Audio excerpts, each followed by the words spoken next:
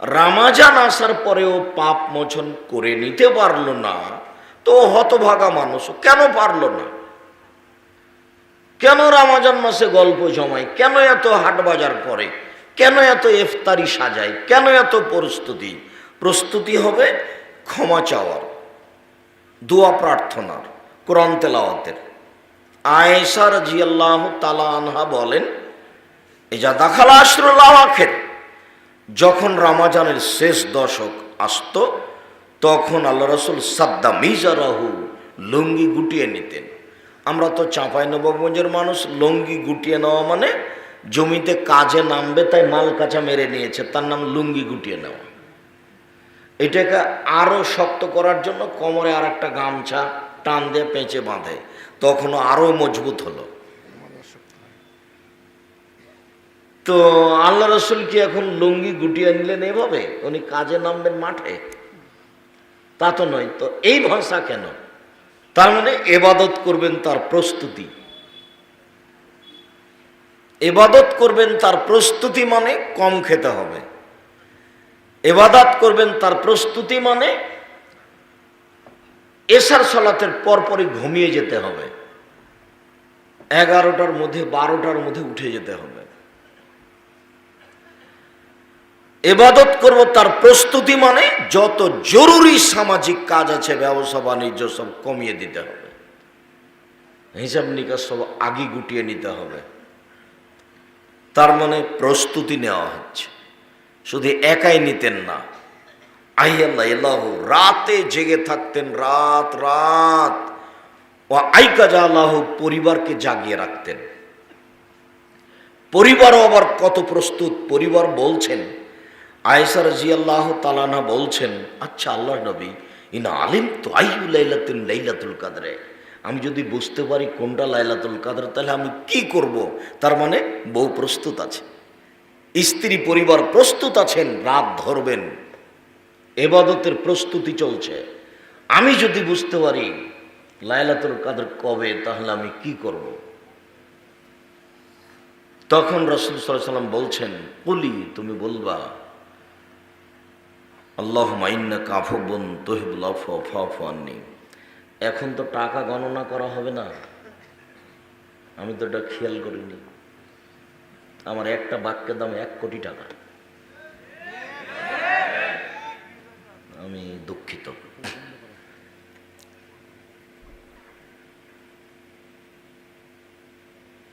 রাসূল সাল্লাল্লাহু আলাইহি সাল্লাম বললেন, তুমি বলো। 3টা বাক্য বলে দিলেন, বলো ইন্নাকা আফুবুন। বলার সাজ গতি কেমন দেখেন না? কোনো জিনিস চাইলে হোমসি খালি চাওয়া যায় না, দেন 10 টাকা দেন, এভাবে বলা যায় না। আগে বলতে হবে আপনি তো খুব বড় মানুষ, ধনী মানুষ, মানুষকে দেন, আপনার দয়া মহব্বত অনেক বেশি। তা আল্লাহকেও কিছু বলা লাগে, ও প্রশংসা প্রিয় সত্তা, ওই প্রশংসা না করলে উনি খুশি হন না। তো এখন আল্লাহ নবী বলছেন, ঠিক আছে তুমি বলো, কি বলবে? আল্লাহুম্মা ইন্নাকা আফুবুন, আল্লাহ নিশ্চয়ই তুমি ক্ষমাশীল। এটা প্রথম বাক্য। হ্যাঁ, ক্ষমা তো তুমি তো ক্ষমাশীল। তুহিব্বুল আফওয়া, তুমি তো ক্ষমাকে ভালোবাসো। এখনো কিন্তু নিজেরটা হয়নি। হ্যাঁ, আল্লাহ নিশ্চয়ই তুমি ক্ষমাশীল, তুমি তো ক্ষমাকে ভালোবাসো।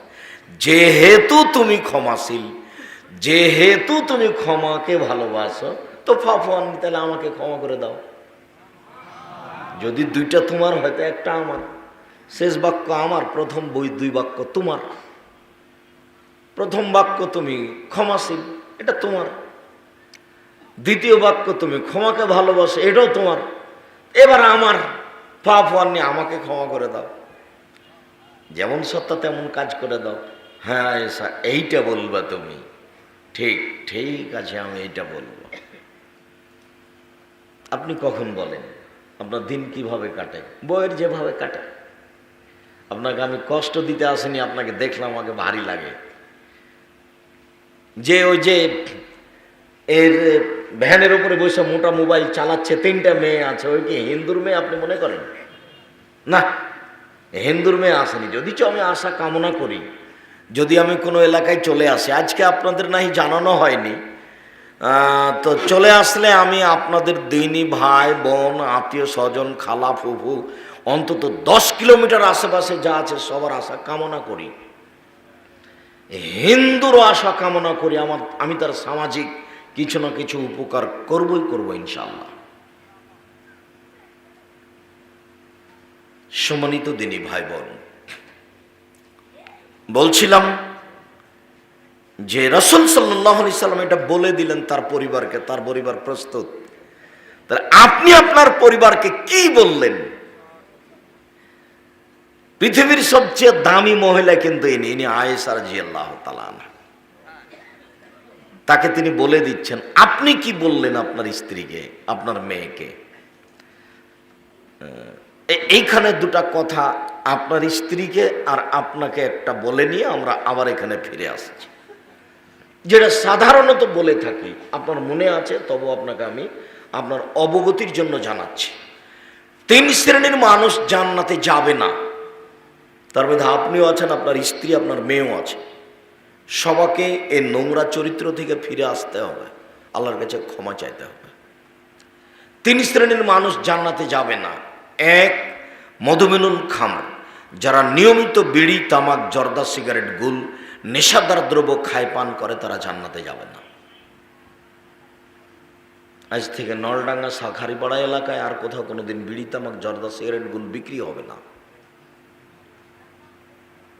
আর যদি হয়ে যায় তাহলে আপনি নিজেকে মনে করবেন আমি এখন গরু ছাগল পশু প্রাণী, কুকুর সিরিয়াল। কুকুর সিরিয়াল কথা বোঝে না, তা আমিও বুঝিনি। কুকুর সিরিয়াল কথা বুঝে না, তো আমিও বুঝিনি। এটা তো আমাকে নিষেধ করা হয়েছে। সেদিন তো গেছিলাম শাখারিপাড়া, এটা কি মাঠ, মাদ্রাসা মাঠে গেছিলাম। তো উনি তো খুব শক্তভাবে বললেন। তারপরে তো দেখছি, এই ছেলে তোমাকে বলে দিচ্ছি, তুমি যদি, মুরব্বী আপনাকে বলছি, যে আপনি যদি আজকের পরে সিগারেট লাগিয়ে দেন, দিয়ে মুখে টান দিয়েছেন, তারপরে সিগারেটটা ফেলে দিয়ে বলবেন ছি ছি ছি ছি ইন্না লিল্লাহি ওয়া ইন্না ইলাইহি, এই সিগারেট তো তোর মুখে পেশাব করে দেবো, এমন জায়গাতে ফেলবেন ওর ওই সিগারেটে পেশাব করে দিয়ে উঠবেন। উঠে শয়তানকে বলবেন এই তোকে ঠকিয়ে দিস, এই তোকে ঠকিয়ে দিস, শয়তান তোকে ঠকিয়ে দিয়েছি, এ কথা বলবেন আপনি। শয়তান কিন্তু আপনাকে জাহান্নামে নিয়ে যাবে। এই জন্য আল্লাহর সাথে একটা জোরালো ওয়াদা করে নিয়েছে। ওয়াদাটার ঢংটা দেখবেন, সেদিনও বলেছিলাম, মনে আছে কিনা, ওয়াদাটার ঢংটা দেখেন। যখন আল্লাহ বলেন এই সর, তোকে যে বললাম যে আদমকে সিজদা কর, তা আদমকে তো সিজদা করলি না, সরে যা। রাজিম মানে বিতাড়িত, সর এখান থেকে, আমার দয়ার রহমত থেকে সরে যা। তখন ও বলছে যে ওয়াইজ্জাতিকা ওয়াজালালিকা ওয়াইরতিফায়ে মাকানিকা, তোমার সম্মানের কসম, তোমার ইজ্জতের কসম, তোমার মর্যাদার কসম, লাউবিয়ানাল ইনসান, আমি আদমের ছেলে মেয়েকে পথ ভ্রষ্ট করেই ছাড়ব। তোমার সম্মানের কসম করে বলছি, তোমার ইজ্জতের কসম করে বলছি, আমি একাই জাহান্নামে যাব না, আদমের ছেলে মেয়েকে নিয়েই জাহান্নামে যাব। আপনার সামনে আমি ঘোষণা দিলাম। তখন আল্লাহ বলছেন এই শোন, ওয়াইজ্জতি ওয়াজালালি ওয়াইরতিফায়ে মাকানি, আমার ইজ্জতের কসম, আমার সম্মানের কসম, আমার মর্যাদার কসম, লাগ ফেরান না, আদমের ছেলে মেয়ে যতবার ক্ষমা চাইবে ততবার আমি ক্ষমা করে দেব। তো কই আল্লাহ তো বললেন না এই কথা, ঠিক আছে তুই কেমনে জাহান্নামে নিয়ে যাস, তা আমি দেখে ছেড়ে দেবো, এই কথা তো বললেন না। বললেন যে আমি ক্ষমা করে দিব। তাহলে বোঝা যাচ্ছে যে চাওয়া লাগবে ক্ষমা, তাহলে দিবেন। বুঝাতে পারলাম না। যদি ওই সময় আল্লাহ বললেন আচ্ছা ঠিক আছে তুই শর্ত, আমি ওকে জান্নাতে দিয়ে দিব, তাহলে এটা হতো। কিন্তু এখন বলছেন যে ঠিক আছে, আমি আমার মান সম্মানের কসম করে বলছি, আদমের ছেলে মেয়ে যতবার ক্ষমা চাইবে আমি তাকে ততবার কি করে দেবো, ক্ষমা করে দেবো। তাহলে তো চাওয়া কাজটা আগে হয়ে গেল। এখানে তো দুইটা হয়ে গেছে, ওখানে তো একাই ও জাহান্নামে নিয়ে যাবে, আর এখানে তো এক বাক্য হলো চাওয়া, পরের বাক্য হলো ক্ষমা। তাই তো আনাস রাদিয়াল্লাহু তাআলা আনহু বলেন, রাসূল সাল্লাল্লাহু আলাইহি সাল্লাম বলেছেন, আল্লাহ তাআলা বলেন হাদিসে কুদসি, ইবনে আদম মা দাওতানি ওয়া রাজাউতানি, আদমের ছেলে মেয়ে শোনো, আল্লাহ বলছেন হাদিসে কুদসি, আল্লাহ তাআলা বলছেন, আদমের ছেলে মেয়ে শোনো, তুমি যেভাবে ডাকো আমি সেভাবে থাকি, তুমি যেভাবে আশা পোষণ করো আমি সেভাবে পূর্ণ করে থাকি। গাফারতু লাকা আলা মা কানা মিনকা ওয়ালা উবালি, আমি তোমাকে ক্ষমা করে দিলাম, আমি পরোয়া করি না তুমি কত বড় পাপী, আমি পরোয়া করি না তুমি কত বড় পাপী, আমি পরোয়া করি না তুমি কত বড় পাপী, তুমি যেভাবে ডাকো আমি সেভাবে থাকি, তুমি যেভাবে আশা পোষণ করো সেভাবে আমি পূর্ণ করে থাকি। আবার বলছেন, ইবনে আদম লাউ বালাগাত যুনুবুকা আনানাস সামায়ে, আদমের ছেলে মেয়ে শোনো, তোমার পাপ বেশি হতে হতে যদি আকাশে লেগে যায়, পাপ আর পাপ, আকাশ জমিন পরিপূর্ণ হয়ে আছে, ফাস্তাগফিরতানি, তুমি যদি আমার কাছে ক্ষমা চাও, গাফারতু লাকা, আমি তোমাকে ক্ষমা করে দেবো, বলো উবালি, আমি পরোয়া করি না তুমি কত বড় পাপী, আমি পরোয়া করি না তুমি কত বড় পাপী, আমি পরোয়া করি না তুমি কত বড় পাপী, তুমি যেভাবে ডাকো আমি সেভাবে থাকি, তুমি যেভাবে আশা পোষণ করো আমি সেভাবে পূর্ণ করে থাকি, আমি পরোয়া করি না তুমি কত বড় পাপী। হাদিসে কুদসি। এদেশে একটা বই পাওয়া যায় উপদেশ, ওই বইয়ে এই আলোচনা আছে, কে বড় লাভবান, ওই বইও আছে, তিরমিজির হাদিস। আপনি তো মনে করছেন যে আব্দুর রাজ্জাক সাহেবের উপদেশ বইটি না কিনে আব্দুর রাজ্জাক সাহেবকে ঠগিয়ে দিয়েছি, তো সেটা তো মনে করলে আমার কিছু করার নাই। এদেশের তো মিথ্যা বইকে বাতিল করার জন্য আমি এই সবগুলো চেষ্টা চালিয়ে যাচ্ছি। কত জীবন বাজি রেখে আমি আলেম ওলামা রেখে পয়সা পাতি খরচ করে আলিতে পত্রিকা বই পুস্তক আপনার সামনে পেশ করার চেষ্টা করছি, কেননা আমি জাতির সামনে বলেছি আমার মনে বড় সাধ, এদেশের মাটিতে আমি উন্নত মানের প্রতিষ্ঠান গড়বই ইনশাল্লাহ। সেটাই জামিয়া সালাফিয়া ডাঙ্গিপাড়া পাওয়া রাজশাহী, সেটাই জামিয়া সালাফিয়া রূপগঞ্জ নারায়ণগঞ্জ ঢাকা, সেটাই জামিয়া সালাফিয়া 6 মাইল বাবুগঞ্জ বরিশাল, সেটাই জামিয়া সালাফিয়া তেঘরা বিরল দিনাজপুর। এই দেশের মাটিতে আমি উন্নত মানের প্রতিষ্ঠান গড়বই ইনশাল্লাহ, যেখানে ছেলে মেয়ে বাংলা ইংরেজি আরবি উন্নত মানের শিক্ষা অর্জন করে জাতির অন্যায়ের বিরুদ্ধে লড়বে, মুখে কলমে মিডিয়ায়, মুখে বলছি কলমে লিখে রেখেছি। এই যে মিডিয়া সামনে চলছে, জামিয়া সালাফের মিডিয়া আছে অনলাইন, আল ইতেশাম টিভি, আল ইতেশামের অধীনে 1 নম্বর কাজ আছে এই নীতিত মসজিদ ভিত্তিক দিন প্রচার, 2 নম্বর কাজ আছে মক্তব চালু করা এবং পুরো রমাজানে কোরআন শিক্ষা দেওয়া, দোয়া দরুদ শিখিয়ে দেওয়া। জামিয়া সালাফের পক্ষ থেকে, আল ইতেশামের পক্ষ থেকে আপাতত রংপুর বিভাগে প্রায় 300টি, প্রায় 100টি মক্তব চালু করা হয়েছে। এদেশের প্রায় জেলায় মক্তব চালু করবে বলে তারা আশা পোষণ করছে, এবং এই রমাজানে 300টি মসজিদে আপনার কোরআন শিক্ষা দেওয়ার পদক্ষেপ নেওয়া হয়েছে। আর দোয়া তাসবিহ তাহলিল জিকির আজকার রাসূল সাল্লাল্লাহু আলাইহি সাল্লামের পদ্ধতিতে শিক্ষা দেওয়ার পদক্ষেপ নেওয়া হয়েছে। জামিয়া সালাফের কথা আপনি এমনভাবে ভুলে আছেন মনে হচ্ছে যে কোনো দিন নাম শোনেননি। যাওয়ার তো আপনার সময় হয়ই না। একদিন যে সাত করে দেখে আসবেন, আপনার বাড়ির পাশেই 90% জমির উপরে মসজিদ আছে, যার একতলাতে 3000 মানুষ সালাত আদায় করতে পারে। 25 বিঘা জমির উপরে এই প্রতিষ্ঠান, 2000 ছেলে মেয়ে আছে, 850-900 মেয়ে আছে, 2টা প্রতিষ্ঠান মিলে প্রায় 4000 ছেলে মেয়ে আছে, 305 জন এতিম আছে, 500 অসহায় ছেলে মেয়ে আছে, প্রায় 250 জন শিক্ষক শিক্ষিকা কর্মচারী আছে, প্রায় 26 লক্ষ টাকা প্রতি মাসে বেতন লাগে। সেটা আপনার টাকা দিয়ে চলছে। আমি তো ফকির মানুষ, টাকা পয়সা কোথায় পাবো? আব্দুর রাজ্জাক সাহেব, আমরা যে কোনো দিনই 10 টাকা দিনে, আপনি যে বলছেন যে আপনাদের টাকা দিয়ে চলে, আপনার না হলে কেউ দেয়, এইসব টাকা আমি পাবো কোথায়? জামিয়া সালাফের রূপগঞ্জ নারায়ণগঞ্জে আমরা 1200 শতক জমি কিনবো বলে গত রমজানে সিদ্ধান্ত নিয়েছিলাম। এখন পর্যন্ত 600-650 শতক মতো কিনা হয়েছে। আরও প্রায় 600 শতক কিনতে হবে বলে আমরা আশা করছি। যার 200 শতক মসজিদের জন্য বরাদ্দ করা হয়েছে, সেখানে একটা মসজিদের জন্য জমি রেডি হয়ে গেছে। 200 শতক যেখানে একটা মসজিদ নির্মাণ হতে যাচ্ছে, যার একতলাতে 10,000 মানুষ সালাত আদায় করতে পারবে একসাথে। যার পাশে অস্থায়ী একটা টিন সেট মসজিদ করা হয়েছে, যেখানে 3000 মুসল্লি একসাথে সালাত আদায় করতে পারবে। এটা অস্থায়ী পাশে করা হয়েছে, ওইটা রেডি হচ্ছে। এই জন্য আপনার স্বাদ না থাকলে তো আমি কিছু করতে পারি না।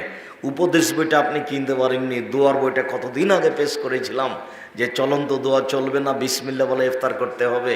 আল্লাহুম্মা কাসুম তো ওয়ালা রিজকে আফতার তো বলা যাবে না।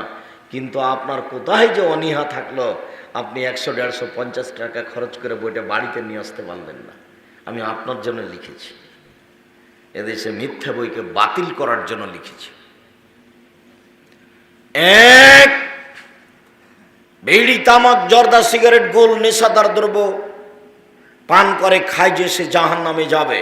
2, ওর রাজালাত মিনান নিসায়ে, পুরুষের বেশধারী নারী, যারা পুরুষের জুতা স্যান্ডেল পরে, যারা পুরুষের শার্ট প্যান্ট পরে, যারা পুরুষের পোশাক পরে, এরা জান্নাতে যাবে না, এরা জাহান্নামে যাবে। কেন আপনার মেয়ে, কেন আপনার বউ নলডাঙ্গা বাজারে যায়, কেন নাটোর বাজারে যায়? আপনি কি মরেছেন? আপনার ছেলে কি মরে গেছে? ওর দেবর কি মরে গেছে? ওর ভাসুর কি মরে গেছে? ওর বাপ কি মরে গেছে? ওর শ্বশুর কি মরে গেছে? ওর বংশে কেউ নেই? ওর একটু লজ্জা হয় না? ওর একটু শরম হয় না? ওর একটু হায়া হয় না? আপনার মেয়ের একটু লজ্জা হয় না? আপনার একটু মেয়ের হায়া হয় না? ওর ইতস্তবোধ নেই, ওর বোধগম্য নেই, ওর বোধোদয় নেই, ওর বাপ বেঁচে নেই, ওর বাপ বলতে পারে না, তো পিঠের চামড়া তুলে দেবো একেবারে। শয়তানি করার জায়গা পাও না? এই মেয়ে, তোমাকে বলছি, ফাজলামি করো? ঢং দেখে মানুষকে পাপী করে জান্নাত কিনতে চাও? কে বলেছে তুমি শিক্ষিতা? তোমাকে যদি আমি মূর্খ, অশিক্ষিতা প্রমাণ করতে না পারি, একটা বেয়াদব প্রমাণ করতে না পারি, আমি আব্দুর রাজ্জাক বিন ইউসুফ বক্তব্যই দেবো না জীবনে জাতির সামনে। যাও, শেষ করলাম। শুধু তোমার স্বভাব খারাপ নয়, তোমার বাপেরও স্বভাব খারাপ, যার কারণে তুমি মাঠে নামতে পেরেছো এভাবে। পরিবারের মালিক যিনি, চোখ যেভাবে ঘুরে পরিবার সেভাবে চলে, চোখ যেভাবে ঘুরে বউ সেভাবে চলে, তার নাম ক্ষমতা। এই শোনো খালেদা, শোনো, বাড়ি তৈরি করেছি তোমার জন্য, ঘর তৈরি করেছি তোমার জন্য, টয়লেটের ভিতরে ব্যবস্থা করেছি তোমার জন্য, পানির ব্যবস্থা করেছি তোমার জন্য। শুনে রাখো, বাইরে যদি আমি কোনোদিন চলতে দেখি, পিঠের চামড়া তুলে দেবো, তার নাম স্বামী।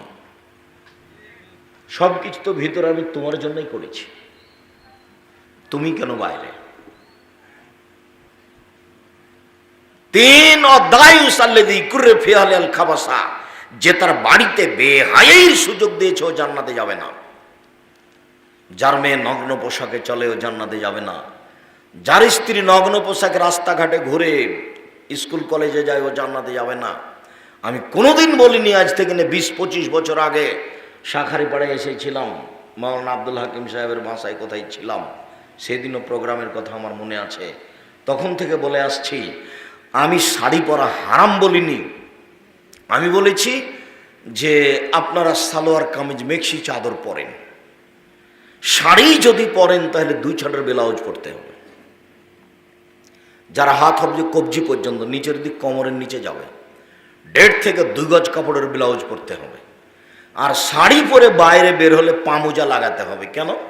পামোজা না লাগিয়ে যদি অটোতে উঠে তাহলে হাঁটু পর্যন্ত দেখা যাবে। এই ছেলে, তোমাকে বলছি, তোমার মা এখানে বসে আছে, যে ছোট ব্লাউজ পরেছে, এখান থেকে সব দেখা যাচ্ছে, আবার পেট দেখা যাচ্ছে তোমার মায়ের কথা বলছি। আব্দুর রাজ্জাক সাহেব মা দিয়ে বলেন কেন? তোমাকে কষ্ট দেওয়ার জন্য বলি, যাতে তোমার মনে থাকে। রাসূল সাল্লাল্লাহু আলাইহি সাল্লাম বলেন, সিনফান মিন আহলিন নার লা মারাহুমা, 2 শ্রেণীর মানুষ জাহান্নামে যাবে, আমি তাদের দেখিনি। 2 শ্রেণীর মানুষ জাহান্নামে যাবে, আমি তাদের দেখিনি। এক শ্রেণীর মানুষ তাদের হাতে থাকবে লাঠি, গাভীর লেজের মতো, এদের বৈবান নাস, তাদের মানুষকে মারবে। লাঠির একদিক হবে মোটা, একদিক হবে চিকন, এই লাঠি দিয়ে তারা মানুষকে মারবে, এরা জাহান্নামে যাবে। আমি তাদের দেখিনি।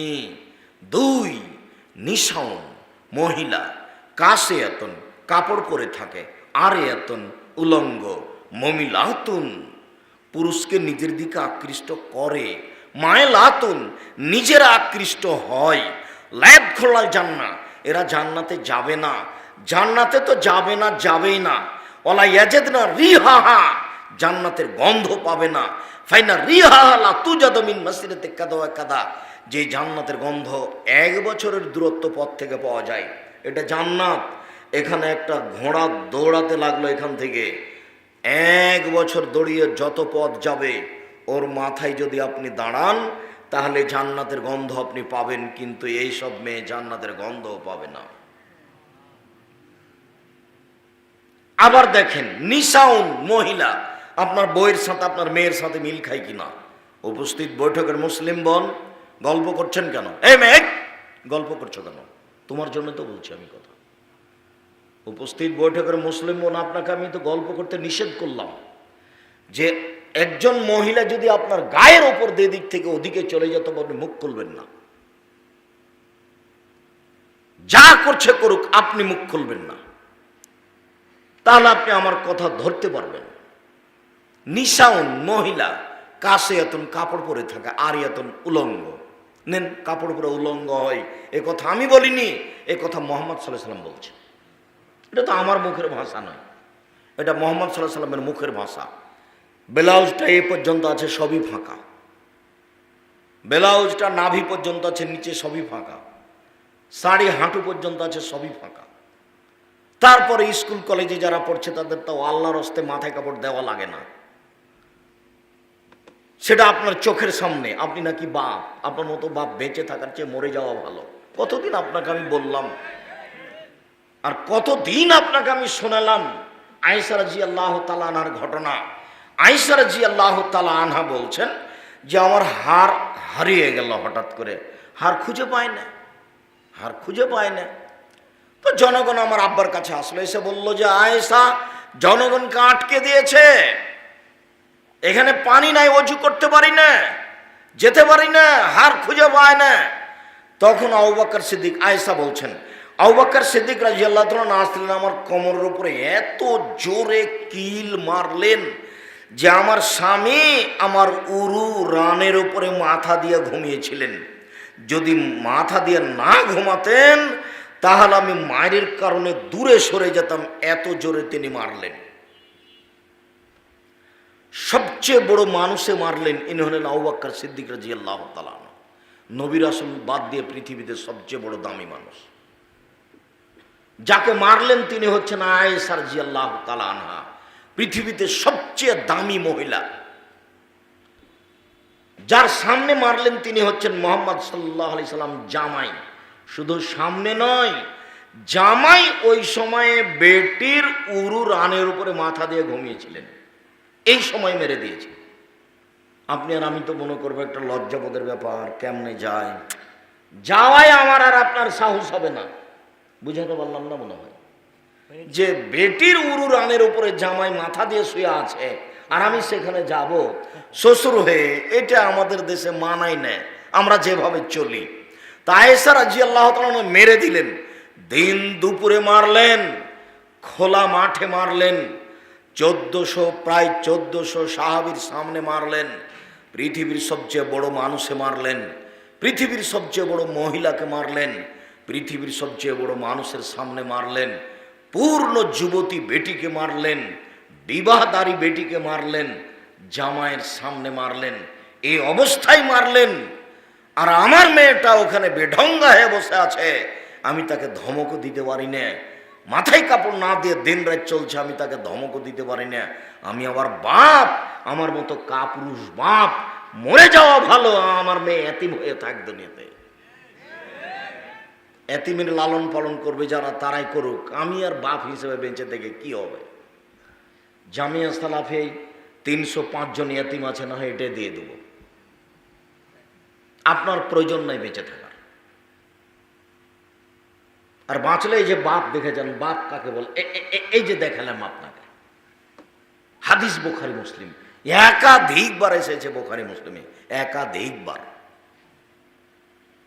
নিসাউন মহিলা, কাসিয়াতুন কাপড় পরে থাকে, আরিয়াতুন উলঙ্গ, মমিলাতুন পুরুষকে নিজের দিকে আকৃষ্ট করে, ওরা যখন রাস্তায় হাঁটে সবাই দেখতে থাকে, মাইলাতুন তারা নিজেরাও আকৃষ্ট হয়। বাড়িতে ছিল ভালোই ছিল, এখন সম্মেলনে আসছে, জালসায় আসছে, রাস্তায় হাঁটছে, একবার এদিকে যাচ্ছে, একবার ওইদিকে যাচ্ছে, একবার মাথার চুল নাড়ছে, একবার মুখের ভাঁজ করছে, কেন জানি কেমন কেমন করে, কেন জানি আনছান আনছান করে। তার মানে ওর স্বভাব পরিবর্তন হয়ে গেছে। ও লজ্জা করে না, ওর শরম নয়, ওর লজ্জা নয়, ওর ইতস্তবোধ নয়, ওর বোধোদয় নয়, ওর বোধগম্য নয়। ওর উচিত ছিল রাস্তার এক পাশ দিয়ে নিচু হয়ে হেঁটে আসা। আপনার ফুফুকে আপনি আনতে যাননি, ওই যে অনেক দিন আগে আপনার ফুফুর বাড়ি থেকে আসছিলেন, তখন যখন রাস্তায় সামনে লোক পড়তো, তখন আপনার ফুফু কেমন দাঁড়াতো? রাস্তার এক পাশে দাঁড়াতো না? মনে পড়ে না? মনে হয় বড় চাদর গায়ে দিয়ে ফুফু রাস্তার একদিকে দাঁড়িয়ে গেলেন, রাস্তা দিয়ে লোকটা যখন চলে গেল, তখন আপনার ফুফু আবার আসতে লাগলেন। তাদের রুজি হয়নি, তারা দুনিয়াতে ছিল না। কেন আপনার স্ত্রী এইভাবে চলে আসছে? কেন আপনার স্বভাব এমন হলো? দেখেন, এইভাবে জীবিকা নির্বাহ করিয়েন না, ভুল হচ্ছে। দেখেন ভুল হচ্ছে, দেখেন ভুল হচ্ছে। নীতি, স্বভাব, নিয়ম পরিবর্তন করেন, নইলে জাহান্নাম অপেক্ষা করছে। মন মতো চলে যে সেই জাহান্নামে যাবে, ইচ্ছা মতো চলে যে সেই জাহান্নামে যাবে। রাসূল সাল্লাল্লাহু আলাইহি ওয়াসাল্লাম বলছেন, হুজবাতিন নার বিশাহওয়াত, মনের ইচ্ছা দিয়ে জাহান্নাম ঘেরা আছে, প্রবৃত্তি দিয়ে জাহান্নাম ঘেরা আছে। নিয়ম, নীতি, কষ্ট, ক্লেশ, ত্যাগ, তিতিক্ষা, অনেক কিছু দিয়ে জান্নাত ঘেরা আছে। বুখারী মুসলিম। জান্নাত পাওয়া টাফ ব্যাপার, জাহান্নাম সহজে পাওয়া যায়। দাড়ি চাঁচে যে মন মতো চলেছে, টাকনুর নিচে প্যান্ট পরে যে মন মতো চলেছে, মন মতো চলে যে জাহান্নামে যাবে সে। দোকানে বসে আড্ডা পিটে যে ল্যাংটা মেয়ে দেখে, দোকানে টিভিতে ল্যাংটা মেয়ে নাচছে, মাথায় টুপি আছে, ঘন্টার ঘন্টা বসে আছে, ল্যাংটা মেয়েকে দেখে বেটা চক্ষু ঠান্ডা করে, কলিজা ঠান্ডা করে। ও জান্নাতে যেতে চায়, জান্নাতের মেয়ে ভোগ করবে। জান্নাতের মেয়ে অত সহজ? আল্লাহ তাআলা বলছেন, জান্নাতের মহিলারা হচ্ছে, ওদের চক্ষু হবে লম্বা লম্বা, টানা টানা, ডাগর ডাগর চক্ষু। ওদের মাথার চুল হবে লম্বা লম্বা, কুচকুচে, কোঁকড়া কোঁকড়া কালো চুল। ওদের বয়স হবে 15-16 বছরের মেয়েদের মতো। ওদের কোনোদিন পেশাব হবে না, ওদের কোনোদিন পায়খানা হবে না, ওদের কোনোদিন হায়েজ হবে না, ওদের কোনোদিন নাকে শিকান আসবে না, ওদের গায়ে কোনোদিন ময়লা হবে না, ওদের কাপড় কোনোদিন অপরিষ্কার হবে না। ওদেরকে দেখে মনে হবে ঝিনুকের মধ্যে লুকানো মুক্তা। ওদেরকে দেখে মনে হবে ঝিনুকের মধ্যে লুকানো মুক্তা। আল্লাহ তাআলা চ্যালেঞ্জ করে বলেন, পৃথিবীর মানুষ শুনে রেখো, লামিয়াতমুসহুন্না ইনসুন ক্বাবলা ওয়ালা জান, এত সম্মান দিয়ে আমি তাদেরকে রেখেছি। জিন কোনোদিন তাদের স্পর্শ করেনি, মানুষ কোনোদিন তাদের স্পর্শ করেনি। ওদেরকে আমি ঢেকে রেখেছি তোমাদের জন্য। জান্নাতের এই মেয়ে ভোগ করতে চান? ওই আস্কারা মাস্কারা পরানো মেয়ে, ল্যাংটা মেয়েকে দেখে, যে মেয়ে একেবারে জাহান্নামের দরজায় দাঁড়িয়ে আছে, সেই মেয়েকে দেখে চক্ষু ঠান্ডা করে, কলিজা ঠান্ডা করে আপনি জান্নাতে হিসাব করছেন? সহজ নয়। ওদেরকে ভোগ করার টাফ ব্যাপার। এই ছেলে, তোমাকে বলছি, তোমার মোবাইলে যেন আর কোনোদিন ল্যাংটা মেয়ে না নাচে। এই মেয়ে, তোমাকে বলছি, তোমার মোবাইল হাতেতে এখনই মোবাইল দেখে আস। তোমার বাপের একটু শরম হয় না? তোমার হাতে এত বড় মোবাইল কেন? তোমার বাপের বলে টাকা নাই, তো 10-20 হাজারের মোবাইল, টাকা মোবাইল তোমার হাতে কেন? মানুষ তো, আমি কোটি কোটি টাকা মানুষের কাছে ভিক্ষা চাই রোজ, আমি একজন ভিক্ষুক, তা আমার কাছে একটা মোবাইল আছে, ওই যেগুলো বাটন টিপা লাগে সেটা।